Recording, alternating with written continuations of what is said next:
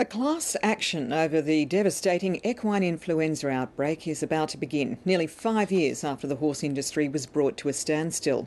An inquiry found the Australian Quarantine Service responsible. Now hundreds of people are trying to recover some of their financial losses, and it could cost the government hundreds of millions of dollars. Emma Renwick reports.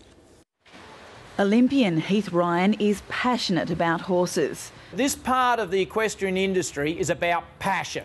It's chasing a dream. What's the price of a dream? And he's just as enthusiastic about a fair go. He says that's exactly what he and hundreds of his peers didn't get when equine influenza shut them down in 2007. He says regulated parts of the industry, like racing, were compensated, but others were only covered for the cost of horse feed and vet bills.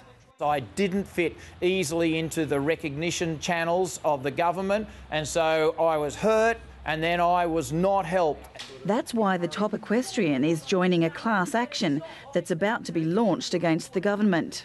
Olympians or saddlers or ordinary Australians who've lost their livelihood and their homes because AQUIS couldn't do its job. The 2008 inquiry by former High Court Judge Ian Callanan found the outbreak was caused by systemic failures in the Australian Quarantine Inspection Service.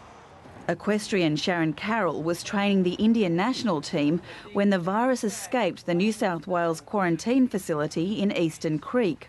The highly contagious disease was controlled by stopping all horse movements on the eastern seaboard. That meant her coaching business came to a grinding halt. If this had been another industry, if this had been a butcher or a baker or a newsagent, they'd been told they couldn't trade for a year. Sorry.